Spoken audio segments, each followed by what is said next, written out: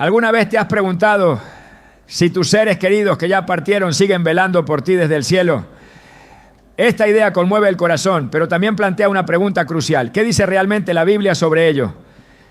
En Hebreos 12:1 leemos: por tanto, nosotros también, teniendo en derredor nuestro tan grande nube de testigos, corramos con paciencia la carrera que tenemos por delante. Esta escritura sugiere que aquellos que han vivido en fe siguen siendo testigos de nuestra jornada espiritual, no como guardianes terrenales, sino como evidencia viva del poder de Dios. Hoy profundizaremos en este tema, explorando la verdad bíblica sobre el papel de los que han partido y lo que eso significa para nuestra fe. Te mostraremos cómo comprender el consuelo divino sin caer en ideas erradas. ¿Estás listo para entender lo que Dios tiene reservado para ti? Desde tiempos antiguos, el corazón humano ha buscado consuelo en medio del duelo.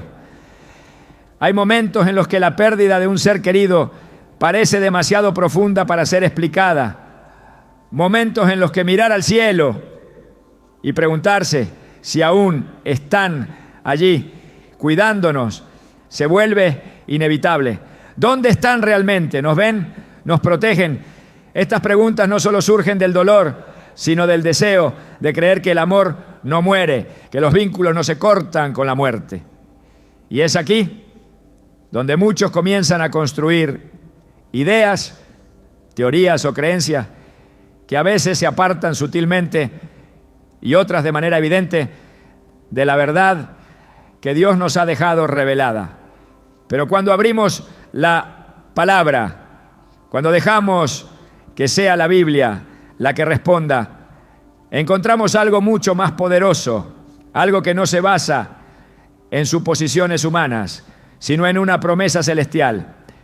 En Hebreos 12:1 leemos: por tanto, nosotros también, teniendo en derredor nuestro tan grande nube de testigos, despojémonos de todo peso y del pecado que nos asedia, y corramos con paciencia la carrera que tenemos por delante. Esta declaración ha sido muchas veces malinterpretada, como si aquellos que han partido estuvieran literalmente observando nuestras vidas desde el cielo, como si fuesen ángeles asignados a nuestra protección o intercesión. Pero cuando examinamos el contexto con cuidado, vemos que lo que se nos presenta aquí no es vigilancia ni intervención, sino testimonio. La nube de testigos no es un grupo de observadores invisibles que cuidan de nosotros, es el legado de vidas que caminaron por la fe, que vencieron, que permanecieron y que ahora sus historias están ahí para inspirarnos a seguir adelante con valentía y fidelidad. La palabra no nos habla de los muertos en Cristo como si fueran guardianes celestiales, sino como testigos del poder transformador de Dios. Sus vidas, sus decisiones, su fe han quedado registradas como prueba irrefutable de que es posible vivir agradando a Dios en un mundo lleno de pruebas.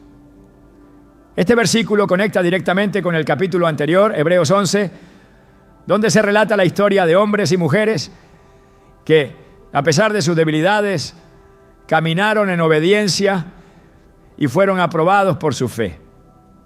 Ellos no están cuidándonos, están testificando, no con palabras, sino con el eco eterno de su fidelidad, que el camino de la fe sí vale la pena. Es un error pensar que nuestros seres queridos se convierten en una especie de presencia activa a nuestro alrededor, como si su misión continuara al margen del plan divino. La Biblia es clara en señalar que hay un tiempo para todo y que tras la muerte el hombre queda a la espera del juicio. Hebreos 9:27 dice: y de la manera que está establecido para los hombres que mueran una sola vez, y después de esto el juicio. No hay mención de misiones secundarias ni de tareas post-mortem en la tierra. Lo que hay es un descanso, un cierre temporal a la obra del ser humano mientras se espera la redención final. Y sin embargo, esto no es motivo de tristeza, sino de gozo. Porque aunque ellos no estén cuidándonos como muchos suponen, hay algo que sí permanece, algo que no muere con el cuerpo, su testimonio.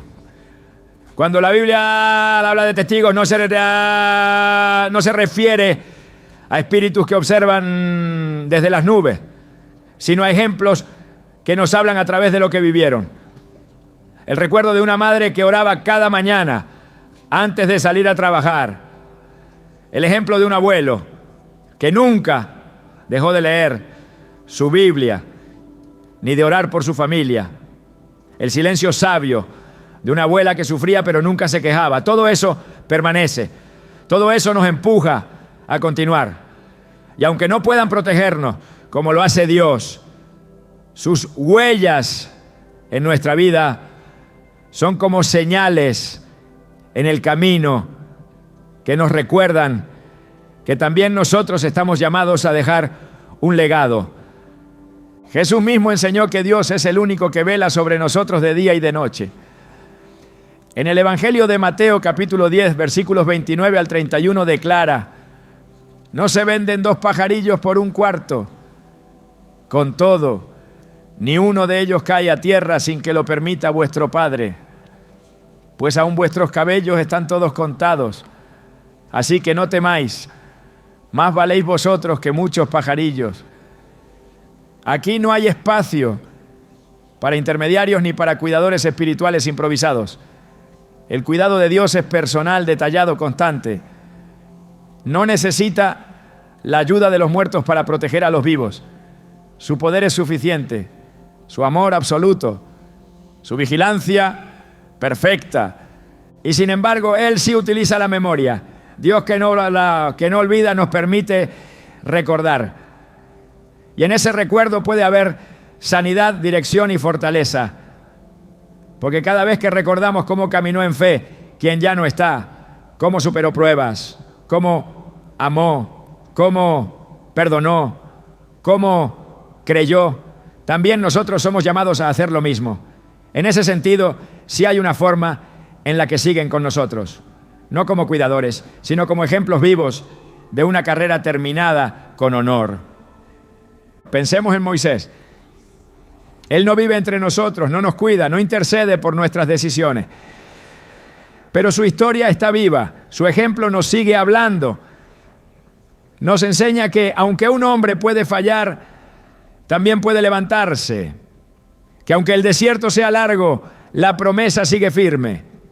Que aunque no veamos la tierra prometida con nuestros propios ojos, nuestra obediencia puede allanar el camino para otros. Moisés no está cuidándonos, pero su vida nos impulsa. Eso es ser testigo. Y eso es mucho más poderoso que cualquier idea romántica de una presencia invisible. La nube de testigos es un concepto profundo que apunta a la continuidad del propósito de Dios a través de las generaciones. No hay ruptura en su plan. Lo que comenzó en los que partieron continúa en los que estamos aquí. Por eso, el autor de Hebreos nos anima. Corramos con paciencia la carrera que tenemos por delante. No nos dice, espera a que ellos te guíen desde el cielo. Nos dice, míralos, recuerda cómo vivieron y sigue tú también. La carrera es tuya. La fe es tuya. La meta sigue delante de ti.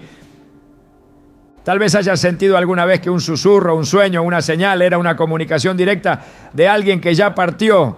No estás solo, es natural desearlo. El dolor nos hace buscar conexiones, pero la palabra no respalda esas ideas. La voz que guía desde lo alto es la del Espíritu Santo, no la de los que murieron. Lo que sí puedes hacer es volver tu mirada a su testimonio. Puedes pensar, mi madre no me habla desde el cielo, pero recuerdo lo que me enseñó en la tierra. Eso es lo que permanece. Eso es lo que Dios usa para fortalecerte. En 2 Timoteo 1:5, el apóstol Pablo le escribe a Timoteo, trayendo a la memoria la fe no fingida que hay en ti, la cual habitó primero en tu abuela Loida y en tu madre Eunice, y estoy seguro que en ti también. Pablo no le dice a Timoteo que su abuela o su madre lo cuidaban desde el cielo. Le dice que lo que ellas creyeron, lo que vivieron, lo que dejaron sembrado, aún vivía en él. Ese es el verdadero cuidado. El de una herencia de fe que no se borra, que no se diluye con la muerte, sino que se multiplica en cada generación dispuesta a recibirla. Ese tipo de legado espiritual es el que realmente nos sostiene. Cuando un ser amado parte, no queda un vacío total. Queda lo que construyó en nosotros. Su fe, su carácter, su entrega. Eso no necesita vigilarte desde el cielo, ya está sembrado en ti. Y si decides honrar esa semilla, si decides regarla con obediencia, Dios hará que dé fruto a su tiempo. Es posible que hoy sientas el peso del duelo, el silencio de la ausencia, pero Dios te invita a mirar hacia atrás, no para vivir en el pasado, sino para recordar la fe de los que caminaron antes que tú. Y entonces mirar hacia adelante y continuar tu carrera con paciencia, sabiendo que no corres solo. Hay una certeza que sobrepasa toda emoción humana, y es que Dios nunca deja sin testimonio su obra. Por eso, cuando alguien que ha vivido en su propósito parte, no deja un hueco, deja una señal. El camino se ilumina un poco más para los que vienen detrás, no porque ellos nos cuiden, sino porque su ejemplo nos revela por dónde seguir. Y si hoy estás atravesando el dolor de una pérdida, si has sentido que ya no hay quien te cuide como antes, vuelve tu mirada a quien nunca ha dejado de velar por ti. Dios es quien guarda tu entrada y tu salida, desde ahora y para siempre. Y si en tu corazón hay gratitud por aquellos que caminaron contigo, que te formaron, que oraron por ti, entonces levántate con esa gratitud y decide correr tu carrera como ellos lo hicieron. No necesitas que te cuiden desde el cielo cuando tienes al Creador del cielo guiando tus pasos. Tu historia aún se está escribiendo y tal vez sin saberlo, también tú estás dejando un testimonio que algún día será parte de esa nube que inspirará a otros. Corre con paciencia, vive con fe y recuerda que el cuidado más grande no viene de los que partieron, sino del Dios que nunca se ha ido. La necesidad de sentir que no estamos solos en medio del dolor ha llevado a muchos a depositar su fe en la idea de que nuestros seres queridos fallecidos aún intervienen de alguna forma en nuestras vidas. Algunas personas, en su intento de encontrar consuelo, se aferran a la creencia de que los muertos pueden escuchar nuestras súplicas, ofrecer protección o incluso interceder ante Dios en nuestro favor. Sin embargo, cuando nos alejamos de la emoción y nos acercamos a la verdad revelada por Dios en su palabra, descubrimos que estas ideas, aunque bien intencionadas, no tienen fundamento bíblico. Es allí, en la Escritura, donde se nos muestra con claridad quién es nuestro verdadero intercesor y cómo debe ser dirigida nuestra fe. En 1 Timoteo 2:5 está escrita una afirmación que disipa toda confusión. Porque hay un solo Dios y un solo mediador entre Dios y los hombres, Jesucristo hombre. Esta declaración no deja espacio a interpretaciones. No hay múltiples intercesores. No hay un espectro celestial de seres queridos cumpliendo funciones espirituales desde el más allá. Hay un solo mediador y ese es Cristo. Esta verdad no solo encierra una doctrina, sino una promesa que debería llenar nuestro corazón de seguridad. No dependemos de personas fallecidas, por más amadas o santas que hayan sido. Dependemos únicamente de Jesucristo, quien vive y reina para siempre y cuya obra redentora sigue vigente. Cuando Jesús resucitó, ascendió al cielo y se sentó a la derecha del Padre. Desde allí ejerce la función de intercesor para aquellos que creen en Él. En Hebreos 7:25 leemos: por lo cual puede también salvar perpetuamente a los que por Él se acercan a Dios, viviendo siempre para interceder por ellos. No se trata de una intercesión esporádica, limitada o compartida. Se trata de una intercesión perpetua, continua y exclusiva. Esta es la obra que Jesús hace a favor nuestro. Él clama por nosotros. Él aboga por nosotros. Él intercede por nosotros. ¿Por qué entonces buscar mediadores alternos si el único autorizado por el cielo mismo es suficiente?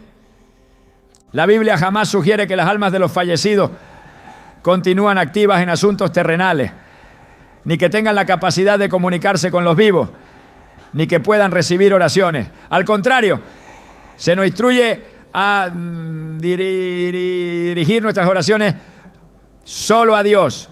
Jesús en Mateo 6:6 nos enseñó a orar diciendo: Padre nuestro que estás en los cielos.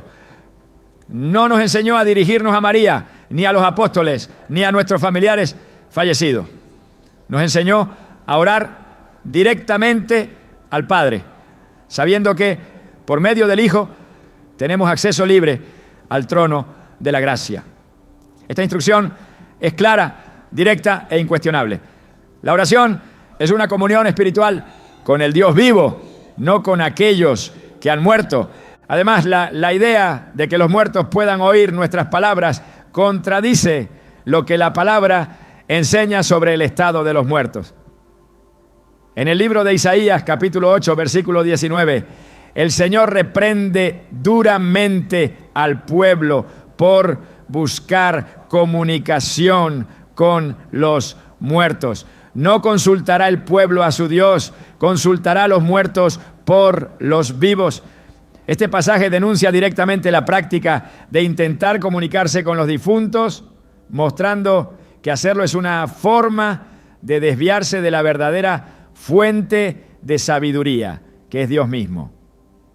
No hay confusión aquí. Buscar dirección o consuelo en los muertos es una forma de idolatría espiritual.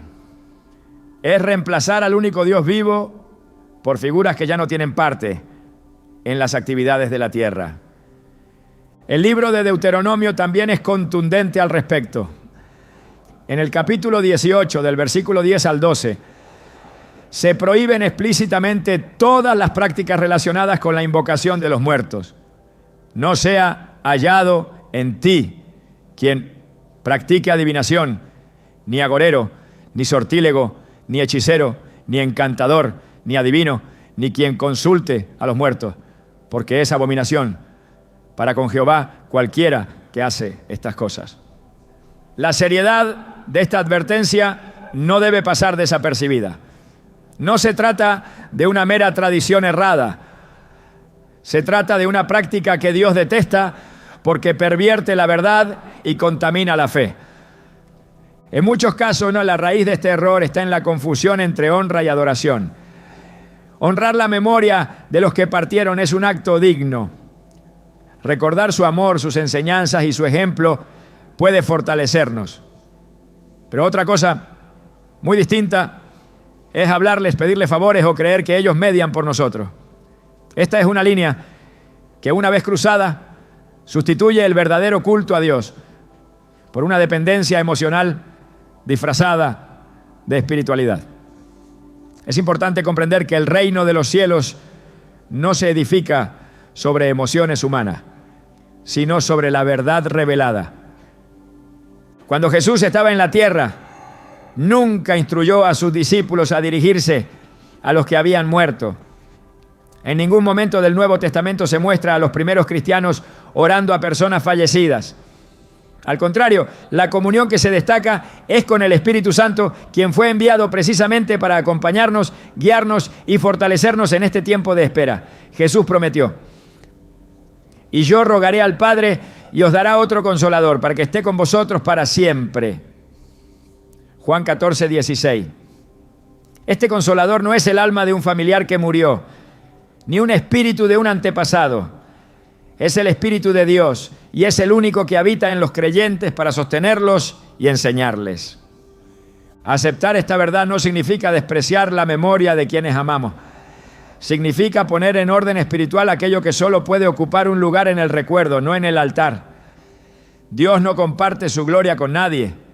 Él es celoso de la adoración que le pertenece, y cualquier desviación, por más bien intencionada que sea, puede convertirse en un obstáculo en nuestra relación con Él. Isaías 42:8 lo declara con claridad: yo, Jehová, este es mi nombre, y a otro no daré mi gloria, ni mi alabanza a esculturas. Si esto es así con ídolos físicos, ¿cuánto más con formas sutiles de idolatría espiritual, como lo es elevar a nuestros muertos a funciones que solo corresponden a Cristo? Cuando Jesús fue transfigurado en el monte, se aparecieron Moisés y Elías hablando con él. Pedro, abrumado por la visión, quiso edificar 3 enramadas, una para Jesús, otra para Moisés y otra para Elías. Pero en ese momento, una voz desde el cielo lo interrumpió diciendo: este es mi Hijo amado, a él oíd. Mateo 17:5. La escena fue clara. La revelación mayor no era Moisés ni Elías, por más gloriosos que fueran. La voz del cielo centró toda la atención en Jesús. La enseñanza es directa. En la economía celestial, toda nuestra fe, atención, obediencia y dependencia deben estar dirigidas a Cristo y a nadie más. Si el cielo mismo nos dice: a Él oíd, entonces debemos abandonar toda práctica, tradición o pensamiento que nos lleve a depender de voces silenciosas, de figuras pasadas, de nombres que ya no caminan entre nosotros. Nuestra dirección no proviene del recuerdo, sino de la palabra. Nuestro consuelo no viene del pensamiento de que alguien nos cuida desde arriba, sino de la certeza de que el Espíritu Santo mora en nosotros aquí y ahora. Poner la mirada en los muertos es caminar hacia la oscuridad de la confusión. Poner la mirada en Cristo es caminar hacia la luz de la verdad. Él no es solo el mediador, es el camino mismo. Es por medio de Él que tenemos paz con Dios, y es por medio de Él que accedemos a la gracia en la que estamos firmes. Romanos 5:1-2 lo expresa de esta manera: justificados pues por la fe, tenemos paz para con Dios por medio de nuestro Señor Jesucristo, por quien también tenemos entrada por la fe a esta gracia en la cual estamos firmes. No es necesario acudir a otras voces, no es necesario buscar otras presencias, no es necesario aferrarse a creencias que se sienten correctas, pero que no están alineadas con la palabra. Cuando se trata de asuntos eternos, lo que sentimos no puede tener más autoridad que lo que Dios ha dicho. La fe no se construye sobre emociones, se edifica sobre la verdad. Y esa verdad es que los muertos descansan, que ya no participan en las acciones de los vivos y que solo Cristo intercede ante el Padre. Entender esto es esencial no solo para nuestra madurez espiritual, sino para preservar la pureza del Evangelio. Cada vez que elevamos a alguien más al rol de intercesor, por más amor que le tengamos, le restamos centralidad a Cristo. Y eso, aunque parezca inocente, es una distorsión del mensaje que salva. Solo Jesús murió por nuestros pecados. Solo Él resucitó. Solo Él ascendió al cielo. Solo Él vive para interceder. Solo Él vendrá otra vez. Así que en lugar de hablar con los muertos, hablemos con Dios. En lugar de pedir a los ausentes, confiemos en el que está presente. En lugar de imaginar cuidados celestiales sin fundamento, apoyémonos en la palabra que no miente. Solo así caminaremos con la certeza de que nuestra fe no está basada en suposiciones, sino en la roca eterna que es Jesucristo, nuestro único mediador, intercesor y salvador. La verdad bíblica sobre el estado de los muertos no está sujeta a especulaciones humanas, ni se acomoda a las emociones del corazón herido. No se adapta a la cultura, ni se moldea por las tradiciones populares. Es clara, firme y coherente con el carácter eterno de Dios. Si queremos entender lo que ocurre después de la muerte, no debemos mirar hacia lo que otros creen. sino hacia lo que Dios ha revelado. La Escritura no deja espacio a ambigüedades cuando se trata del destino inmediato de quienes han partido. Lo que allí se nos presenta no es una vida paralela ni una actividad consciente en otra dimensión, sino un estado de espera, un reposo, un silencio sagrado que aguarda el cumplimiento de las promesas eternas. En Eclesiastés 9:5 la palabra es directa. Porque los que viven saben que han de morir, pero los muertos nada saben, ni tienen más paga, porque su memoria es puesta en olvido. Este pasaje no es una figura retórica ni una metáfora cultural. Es una afirmación inspirada que establece que tras la muerte cesa toda actividad consciente en el plano humano. La frase "nada saben" corta de raíz cualquier noción de que los muertos estén informados de lo que ocurre entre los vivos. No pueden observar, intervenir ni interactuar. Su conocimiento se ha cerrado, su conciencia terrenal ha cesado. Lo que sigue no es participación, sino espera. Este estado de inactividad no es un castigo, es un descanso. Es una pausa que no implica abandono, sino un acto de misericordia divina. Job, en medio de su sufrimiento, lo entendió con claridad. En Job 14:10-12 expresa: mas el hombre morirá y será cortado, perecerá el hombre, ¿y dónde estará él? Como las aguas se van del mar y el río se agota y se seca, así el hombre yace y no se levantará. Hasta que no haya cielo, no despertarán, ni se levantarán de su sueño. Aquí la muerte es descrita como un sueño profundo, un estado del que nadie vuelve por voluntad propia, sino del que solo Dios puede despertar en el día señalado. La comparación de la muerte con el sueño se repite a lo largo de la Biblia y no por casualidad. Cuando Jesús se acercó a la casa de Jairo, dijo sobre la niña fallecida: no está muerta, sino duerme. Lucas 8:52. Y cuando Lázaro había muerto antes de ir a Betania, dijo a sus discípulos: nuestro amigo Lázaro duerme, mas voy para despertarle. Juan 11:11. En ambos casos, el lenguaje que el Señor empleó no fue un consuelo simbólico, sino una declaración de una realidad espiritual. Para Dios, la muerte no es el fin, sino una pausa, un sueño del cual solo su voz tiene el poder de levantar. Este entendimiento es fundamental para no caer en errores doctrinales. Si los muertos están dormidos, no están activos. Si están esperando, no están obrando. Si su conciencia está suspendida, no están en capacidad de comunicarse, proteger o guiar. La noción de que los fallecidos siguen con nosotros, observando o actuando desde otra dimensión, es incompatible con este principio bíblico.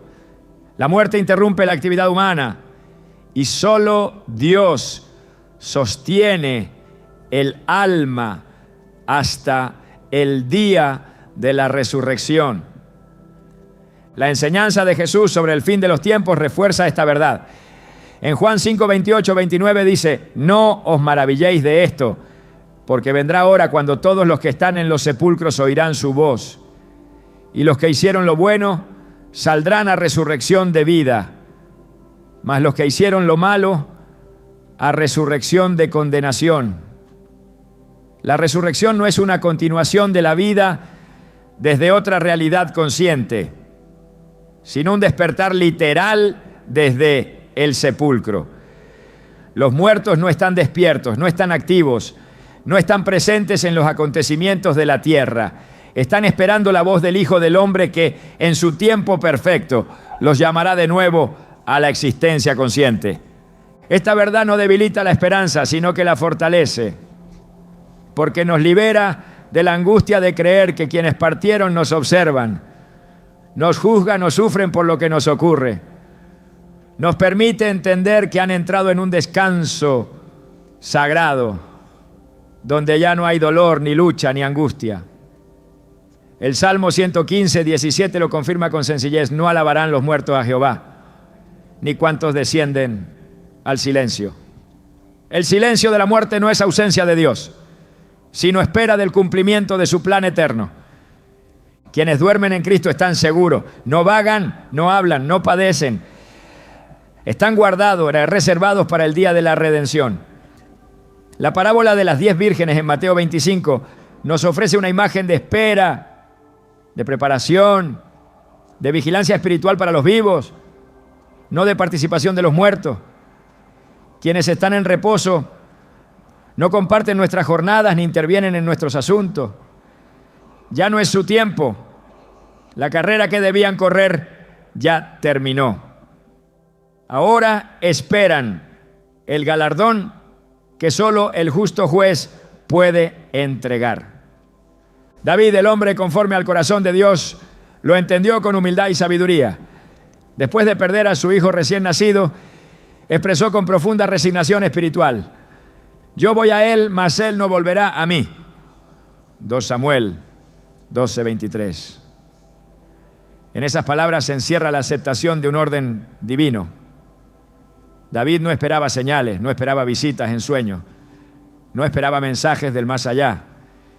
Esperaba el momento de su propio tránsito, con la certeza de que en el tiempo de Dios los redimidos serían reunidos. No hay autoridad bíblica que respalde la idea de almas errantes, ni de espíritus familiares que visitan a los suyos, ni de difuntos que ofrecen consuelo o consejo. Tales ideas, aunque parezcan inofensivas, abren la puerta a enseñanzas falsas que distorsionan la verdad y debilitan la fe. Cuando se desdibuja el estado real de los muertos, también se debilita la esperanza de la resurrección. Porque si ya están activos en otra dimensión consciente, ¿qué sentido tendría hablar de un día futuro en que serán levantados? El enemigo ha usado esta confusión para desviar la atención de la promesa central del Evangelio, la vida eterna en Cristo. Pablo escribió a los tesalonicenses para que no se entristecieran como los que no tienen esperanza. En 1 Tesalonicenses 4, 13 a 14 dice: tampoco queremos, hermanos, que ignoréis acerca de los que duermen, para que no os entristezcáis como los otros que no tienen esperanza.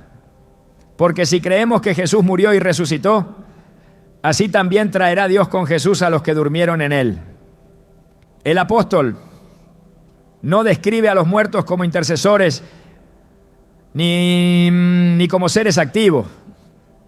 Los llama dormidos y declara que su despertar será cuando Cristo regrese. Esta es la esperanza que el Evangelio ofrece. No una comunicación constante con los que partieron, sino una gloriosa resurrección en el día final. Entender esta realidad transforma también la manera en que enfrentamos la pérdida. Saber que no están sufriendo ni participando en los conflictos de este mundo nos da paz. Saber que están descansando lejos del dolor y del pecado nos consuela. Saber que están guardados en la promesa de Dios nos fortalece. No necesitamos construir imágenes poéticas para sostener la esperanza. La verdad es más poderosa que la imaginación. Y esa verdad es que los muertos en Cristo están seguros, están dormidos y serán despertados por la voz del Salvador en el día de la redención. Toda esta revelación apunta hacia un mismo fin: que pongamos nuestra fe únicamente en Dios, que dejemos de buscar consuelo en lo que no ha sido revelado y lo encontremos en lo que sí ha sido prometido, que no sustituyamos la esperanza gloriosa de la resurrección con nociones humanas, de presencias invisibles, que no reemplacemos el descanso de los santos con la idea de que aún tienen tareas pendientes. El plan de Dios no necesita ajustes. Su palabra es suficiente, su promesa es firme y su propósito se cumplirá. El alma que parte en Cristo no se extravía, no se queda vagando, no se divide en funciones, va al descanso. Jesús le dijo al ladrón en la cruz: de cierto te digo que hoy estarás conmigo en el paraíso. Lucas 23, 43. No le dijo: te enviaré de vuelta para cuidar a los tuyos. Le aseguró un destino de reposo. Esta es la bendición reservada para los que creen. La entrada inmediata a la paz eterna. Pero esa paz no es participación activa, es descanso. No es supervisión espiritual, es espera gloriosa. Y solo será interrumpida por el llamado del Señor cuando suene la trompeta final. Mientras ellos esperan, nosotros vivimos. Mientras ellos descansan, nosotros caminamos.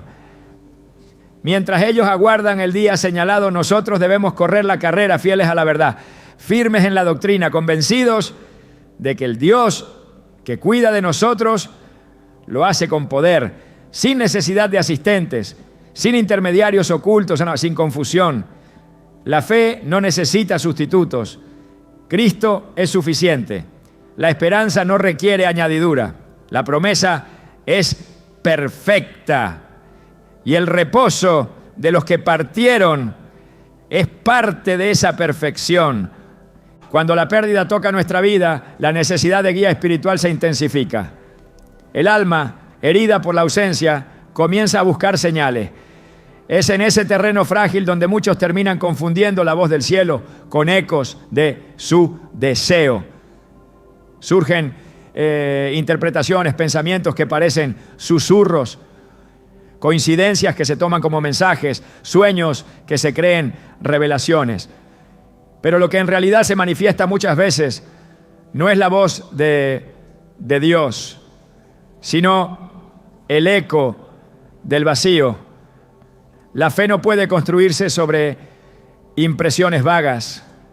Necesita dirección clara, luz verdadera, palabra viva.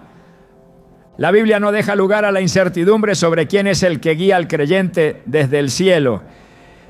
Jesús en Juan 14, 16, 17 dijo a sus discípulos: y yo rogaré al Padre y os dará otro consolador para que esté con vosotros para siempre.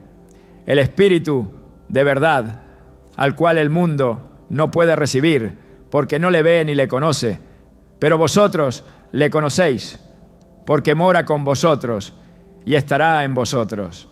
Esta promesa no fue simbólica, fue literal, firme, irrevocable. La guía del cielo no viene por medio de los muertos, sino a través del Espíritu Santo, el único enviado del Padre para conducirnos en toda verdad. El Espíritu Santo no es una influencia emocional, es una persona divina. No actúa a través de confusión ni de superstición.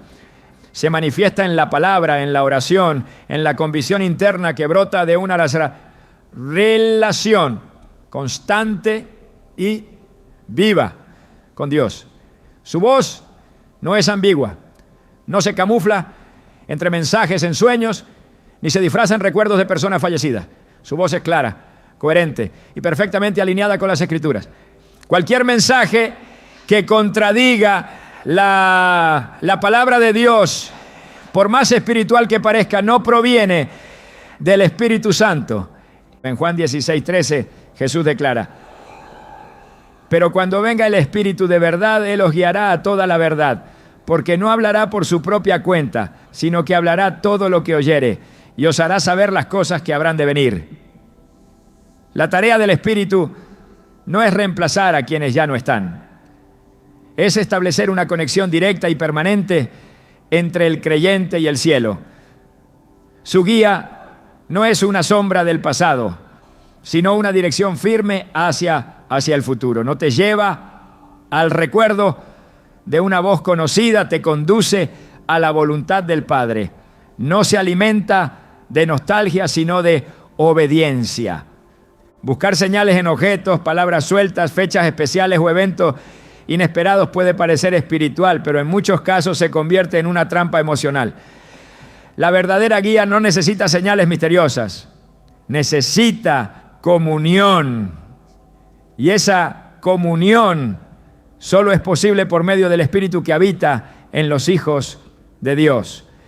Romanos 8:14 afirma con autoridad: porque todos los que son guiados por el Espíritu de Dios, estos son hijos de Dios. Este versículo no abre margen para interpretaciones paralelas. No dice que somos guiados por los espíritus de nuestros seres queridos. ni por presencias invisibles. Dice que somos guiados por el Espíritu de Dios. Esa es la señal distintiva de una vida en Cristo. Quien ha nacido del Espíritu no necesita buscar ayuda en quienes ya partieron. Porque lo que el hombre más necesita en esta vida no es compañía etérea, sino dirección eterna. Y esa dirección es personal, continua y suficiente. Cuando el Espíritu habla, lo hace con poder. Cuando el Espíritu guía, lo hace con propósito. Cuando el Espíritu consuela, no lo hace repitiendo palabras pasadas, sino sembrando verdades nuevas en el corazón del creyente. Una de las formas más precisas en las que el Espíritu guía es mediante la Escritura. La Biblia no es un libro muerto, es palabra viva. Hebreos 4:12 lo declara sin ambigüedades. Porque la palabra de Dios es viva y eficaz y más cortante que toda espada de dos filos. Cada vez que el creyente abre la Escritura con humildad y reverencia, el Espíritu obra en su interior, iluminando la mente, revelando la voluntad de Dios, confirmando caminos, corrigiendo pensamientos. No hace falta un mensaje desde el cielo cuando ya se ha entregado un mensaje eterno. No es necesario inventar una voz cuando ya ha sido escrita una verdad. Y aun cuando la mente se siente nublada por la pérdida, aun cuando el dolor entorpece la sensibilidad espiritual, el Espíritu sigue obrando. No se aleja en el silencio, no desaparece en la tormenta. Romanos 8:26 dice, y de igual manera el Espíritu nos ayuda en nuestra debilidad. Pues ¿qué hemos de pedir como conviene? No lo sabemos, pero el Espíritu mismo intercede por nosotros con gemidos indecibles. Esta obra invisible es más real que cualquier sensación emocional. No se trata de una experiencia mística, sino de una verdad operante. El Espíritu no necesita manifestaciones para estar presente. Está porque fue prometido y obra porque fue enviado. Creer que los muertos pueden guiarnos, aconsejarnos o advertirnos es una sustitución directa de esta obra. Es entregar al alma algo inferior a lo que Dios ya ha dispuesto. Es elegir la sombra del recuerdo en lugar de la luz del Espíritu. Es caminar por el campo de lo incierto en vez de seguir la senda trazada por el pastor. La guía del cielo no necesita mediaciones humanas. No se transmite por legado espiritual hereditario. No se transfiere por memoria ni se hereda por sentimientos. Se recibe por febrero y se confirma por obediencia. En la historia de la revelación bíblica jamás vemos a Dios utilizar a un muerto para guiar a los vivos, no, salvo una sola ocasión, que no fue una intervención divina, sino una advertencia encubierta. En el primer libro de Samuel, capítulo 28, el rey Saúl, desesperado por una respuesta, acude a una médium para intentar hablar con el profeta Samuel, ya fallecido. Este acto no fue aprobado por Dios. Fue un pecado grave que selló su destino. El texto deja claro que Dios ya no le hablaba ni por sueños, ni por profetas, ni por el Urim. Y en su desesperación Saúl cruzó un límite que la ley prohíbe: buscar a los muertos. Su acción no trajo luz, sino oscuridad. No trajo guía, sino juicio.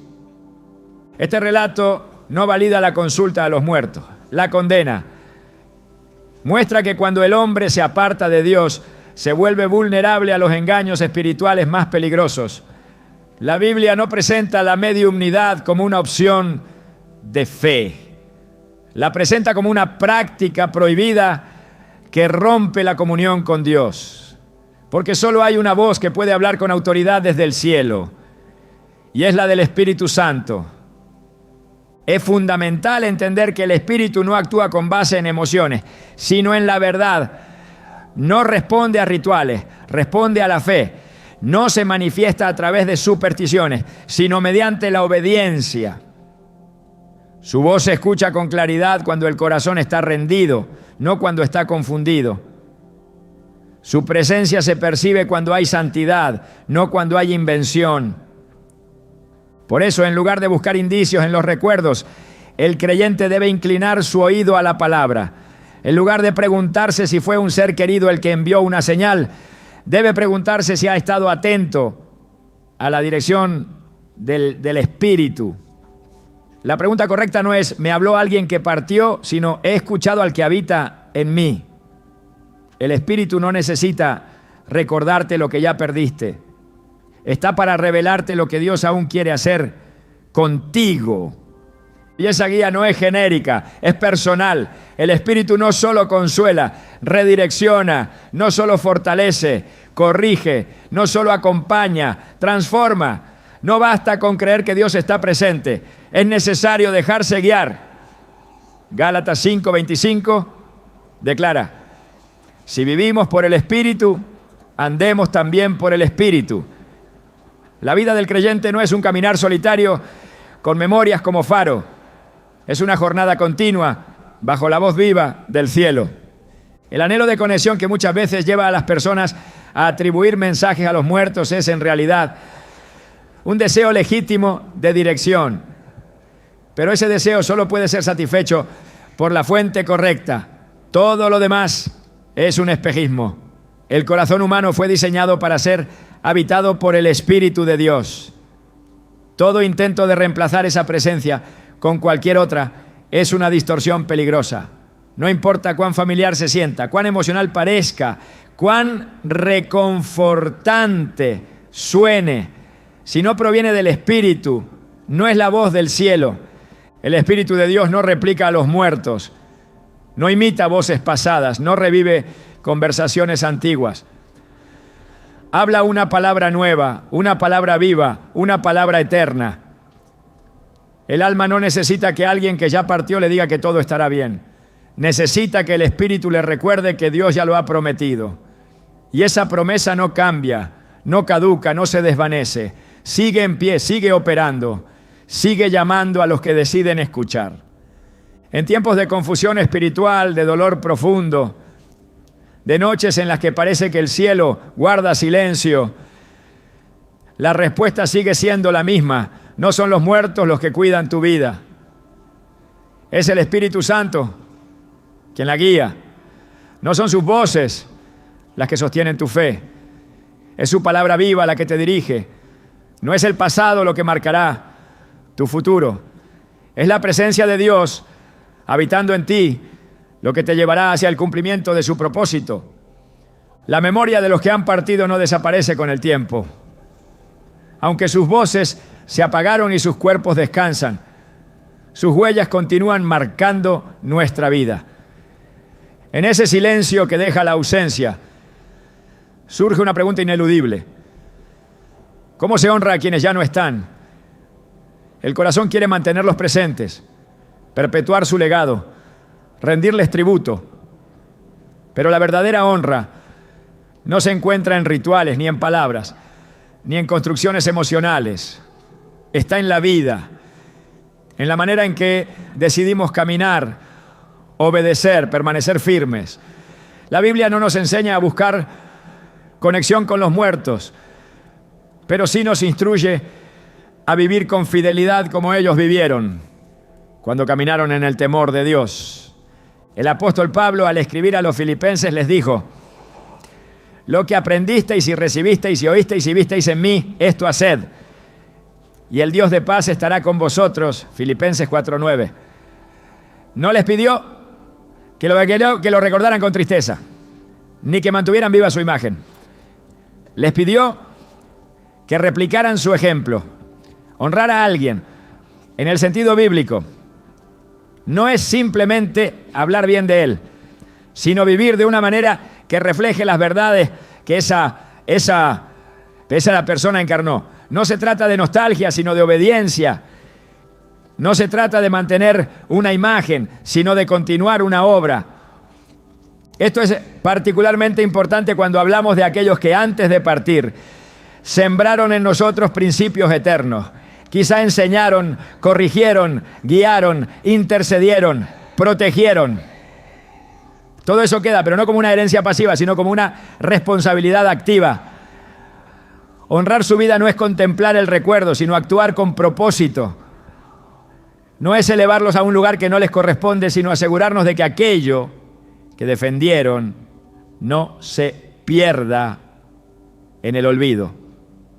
En Hebreos 13:7 se nos exhorta: acordaos de vuestros pastores que os hablaron la palabra de Dios. Considerad cuál haya sido el resultado de su conducta e imitad su fe. La imitación de la fe es el mayor reconocimiento que se puede dar a quien caminó con Dios. La honra bíblica no está ligada a la exaltación humana, sino a la continuidad espiritual. Jesús reprendió a quienes edificaban sepulcros para los profetas mientras desobedecían sus palabras. Lo que condenaba no era la memoria en sí, sino la incoherencia de recordar a los justos sin adoptar su justicia.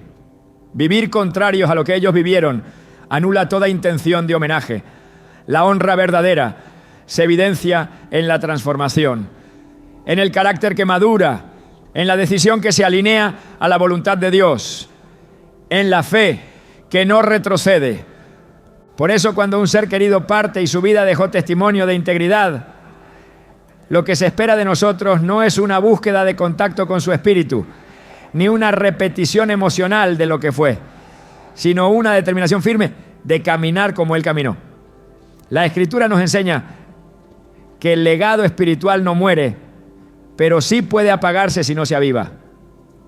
Pablo exhortó a Timoteo con estas palabras: te aconsejo que avives el fuego del don de Dios que está en ti por la imposición de mis manos. O a Timoteo 1:6. No le pidió que recordara los días de enseñanza, ni que se aferrara al pasado. Le pidió que tomara lo recibido y lo encendiera de nuevo. Esa es la honra que el cielo reconoce. No hay poder en los muertos para continuar su obra. Esa responsabilidad nos corresponde a los que aún respiramos. Somos nosotros quienes decidimos si sus enseñanzas darán fruto o quedarán sepultadas. Somos nosotros quienes tomamos el testigo que ellos dejaron y lo llevamos hasta la meta. El apóstol Pedro, al dirigirse a los creyentes dispersos, los exhorta a vivir en santidad, recordando que fueron rescatados no con cosas corruptibles, sino con la sangre preciosa de Cristo. Esa conciencia debe movernos a actuar con temor reverente, sabiendo que cada día de vida es una oportunidad para extender lo que otros comenzaron. El reino de Dios no se edifica con monumentos, sino con obediencia.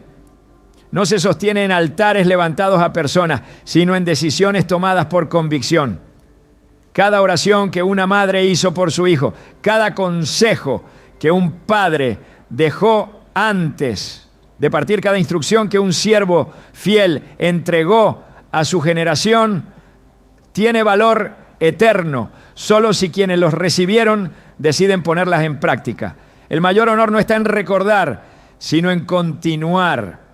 No en hablar de lo que hicieron, sino en hacer lo que nos enseñaron.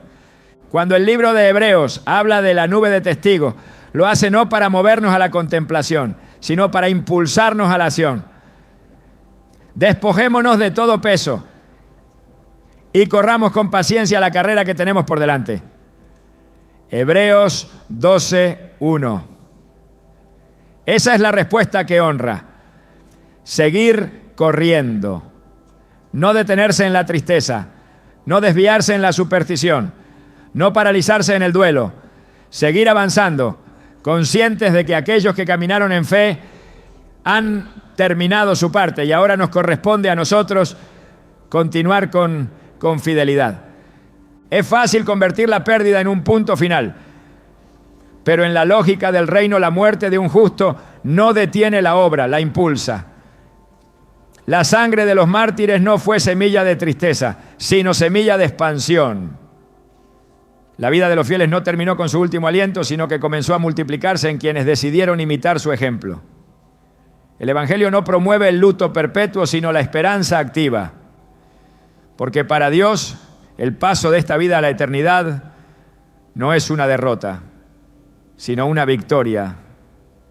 La carta a los Colosenses exhorta con claridad: y todo lo que hacéis, hacedlo de corazón, como para el Señor y no para los hombres. Colosenses 3:23. Vivir para Dios es también una forma de honrar a los que nos enseñaron a amarle, porque cada acto de obediencia, cada palabra de fe, cada gesto de misericordia se convierte en fruto que honra no solo al Padre, sino también a aquellos que sembraron en nosotros la semilla de su palabra. Ellos no necesitan nuestras oraciones para descansar. Nosotros necesitamos su ejemplo para no detenernos. Si Dios permitió que alguien influyera en tu vida antes de partir, no es para que vivas atado a su imagen, sino para que avances en el camino que te señalaron. La honra no es una emoción, es una convicción, no es una carga, es un llamado. Y ese llamado se responde con fidelidad, con entrega, con vida. Nada honra más a un siervo de Dios que ver que su testimonio no fue en vano. Y nada honra más al Dios de ese siervo que ver que su propósito continúa. Hay una esperanza que trasciende el dolor, una promesa que no depende de emociones, ni de tradiciones, ni de imaginaciones humanas. Es la certeza de que la muerte no es el final para los que están en Cristo, que hay un día señalado por el Padre en el cual los que durmieron serán levantados, que hay un encuentro asegurado por la sangre del Cordero, un reencuentro glorioso que no será fugaz ni simbólico, sino eterno y real. La Escritura no deja espacio a dudas. En 1 Tesalonicenses 4, 16 a 17, está escrita con claridad la promesa que sostiene a los creyentes que han perdido a sus seres amados. Porque el Señor mismo, con voz de mando, con voz de arcángel y con trompeta de Dios, descenderá del cielo, y los muertos en Cristo resucitarán primero. Luego nosotros, los que vivimos, los que hayamos quedado, seremos arrebatados juntamente con ellos en las nubes para recibir al Señor en el aire, y así estaremos siempre con el Señor. Esta no es una metáfora ni un consuelo emocional. Es una declaración profética sellada por la fidelidad de Dios. Los muertos en Cristo no se han perdido. Están guardados, están dormidos, sí, pero no olvidados. Están en espera, pero no en abandono. Su descanso no es ausencia, sino anticipo. Y el día del despertar ya está escrito. Ese día no lo determina la voluntad del hombre, ni lo precipita el deseo humano. Será cuando la voz del Señor resuene, cuando el cielo se abra, cuando el tiempo se cumpla. Y entonces los que partieron en fe se levantarán incorruptibles, glorificados, revestidos de eternidad. La esperanza cristiana no es la de un reencuentro místico, ni la de apariciones ocasionales, ni la de presencias invisibles que acompañan en momentos especiales. Es una esperanza sólida, una reunión celestial en cuerpos glorificados, en la presencia misma de aquel que venció la muerte. El dolor que hoy sentimos será reemplazado por la plenitud. La separación que hoy nos marca será borrada por la eternidad.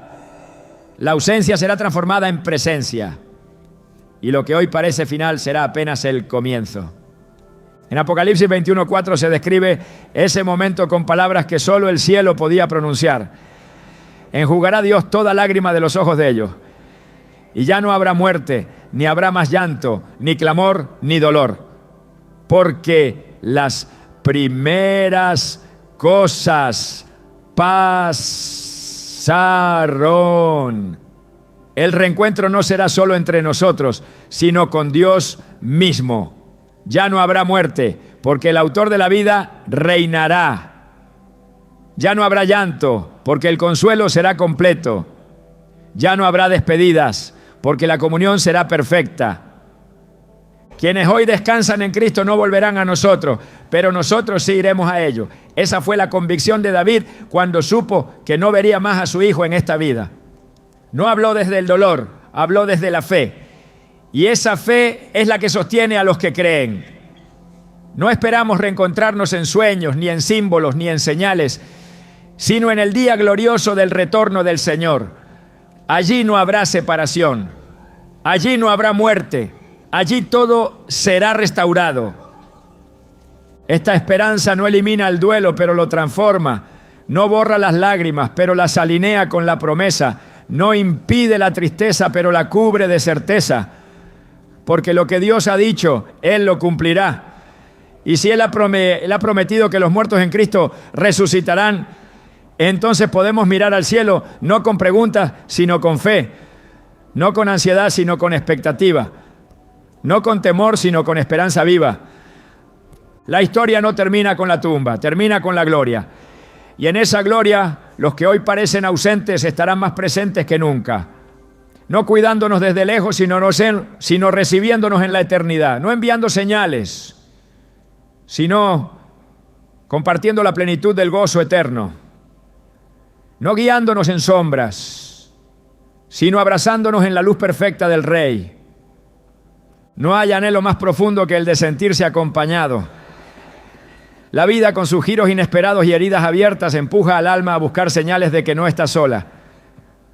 En esa búsqueda muchos vuelven su mirada hacia quienes ya no están, preguntándose si desde algún lugar invisible los observan, los guían, los protegen. Pero lo que Dios ofrece es mucho más que compañía simbólica o consuelo emocional. Él no promete presencias silenciosas que deambulan en el recuerdo. Él ofrece algo infinitamente superior, su presencia viva, activa y eterna. Porque la mayor verdad que este tema revela no es lo que los muertos hacen o no hacen, sino lo que Dios está haciendo ahora. Mientras otros se aferran a la imagen de un ser querido cuidando desde el cielo, la Escritura nos lleva a entender que el mismo Dios que sostuvo a ese ser querido es quien ahora sostiene tu vida. El que les dio descanso es el mismo que hoy te da propósito. Y no necesitas mirar hacia los que partieron para encontrar guía, porque quien nunca ha partido está más cerca de ti de lo que imaginas. El Espíritu Santo no ocupa el lugar de los muertos. Él es el don supremo, el regalo de lo alto, la garantía del cielo operando en la tierra. No necesitamos reemplazar con memoria lo que ya se nos ha entregado con poder. No necesitamos mantenernos atados al pasado cuando el presente está siendo habitado por aquel que todo lo llena. Dios no ha dejado vacíos emocionales para que los llenemos con ideas humanas. Ha derramado su Espíritu para que caminemos con autoridad, con discernimiento, con identidad eterna. Y es aquí donde se revela una verdad que transforma. No fuiste creado para mirar hacia atrás, fuiste llamado a caminar hacia adelante. No estás viviendo para mantener viva la memoria de alguien, estás caminando para manifestar la gloria de Dios. Si aquellos que partieron lo hicieron en fe, su carrera terminó, pero la tuya continúa. Y esa carrera no se corre con nostalgia, sino con visión. No se corre con cadenas emocionales, sino con los ojos puestos en Jesús, el autor y consumador de la fe. Lo que define tu vida no es quién te acompaña desde el recuerdo, sino quién vive en ti hoy. Lo que determina tu destino no es lo que heredaste emocionalmente, sino la palabra que Dios ha sembrado en tu espíritu. Y mientras el mundo eleva estatuas a los que admira, el cielo eleva a los que obedecen. Porque en el reino de Dios el verdadero honor no se expresa con flores en un sepulcro, sino con frutos en una vida rendida. El mayor tributo que puedes ofrecer no es decir que te cuidan desde el cielo, es declarar con tu vida que tú estás cuidando lo que Dios te entregó, que estás vigilante, que estás despierto, que estás avanzando, que no estás buscando voces del pasado, porque tu oído ya fue entrenado para escuchar la voz del buen pastor, que no estás esperando mensajes desde otro plano, porque el mensaje eterno ya fue escrito y permanece. Dios no quiere que vivas confundido entre lo que sientes y lo que es verdad. Él quiere que camines firme, sabiendo que todo lo que necesitas para esta jornada te ha sido dado. Que no estás solo, que no estás olvidado, que no estás expuesto, que hay una nube de testigos, sí, pero hay una presencia mayor aún. El Dios que te llama, te guía y te guarda, hasta el día en que también tú despiertes a la eternidad. Y cuando ese día llegue, no será un regreso a lo que perdiste. Será el cumplimiento de lo que siempre te fue prometido. No será una conexión emocional restaurada. Será la plenitud de la gloria de Dios manifestada. Y entonces, en la presencia del Cordero, sabrás que todo el camino, toda la espera, toda la lucha, valieron la pena. Porque no solo fuiste acompañado, fuiste transformado. No solo fuiste cuidado, fuiste llamado. No solo fuiste consolado, fuiste hecho hijo del Dios eterno.